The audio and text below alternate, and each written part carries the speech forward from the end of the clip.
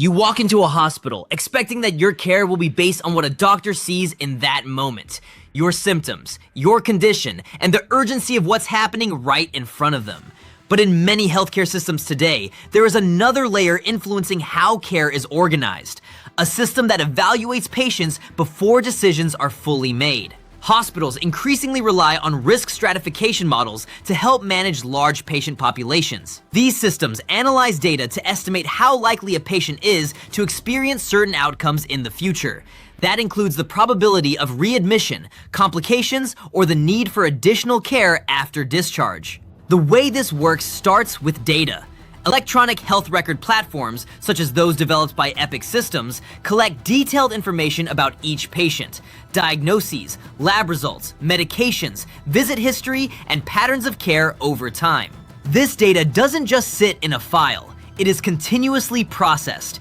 Analytic systems, including those used by organizations like Optum, apply statistical models to that data to identify patterns across large populations. These models are trained to recognize which combinations of factors tend to lead to specific outcomes. From those patterns, the system generates a score. This score is not a single measurement. It is the result of multiple variables being weighted together. Chronic conditions, frequency of past visits, treatment adherence, and even gaps between care events. Each of these inputs contributes to a prediction, and that prediction is used to categorize patients. Some patients are identified as higher risk, meaning they are more likely to require additional attention, follow-up, or intervention.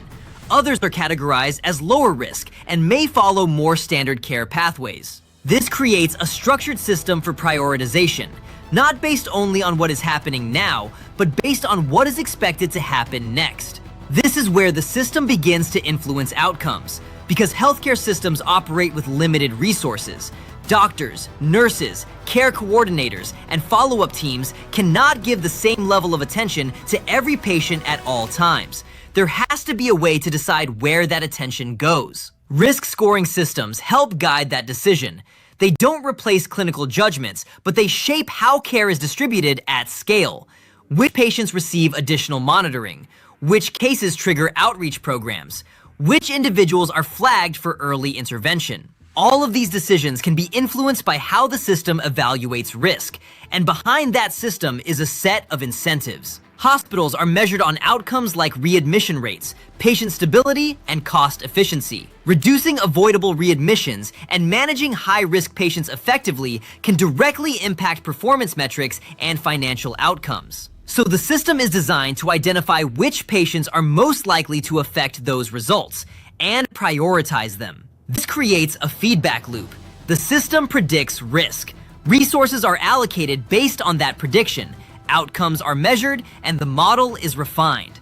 Over time, this makes the system more effective at identifying patterns, but it also makes it more embedded in how decisions are made. From the patient's perspective, this process is almost invisible.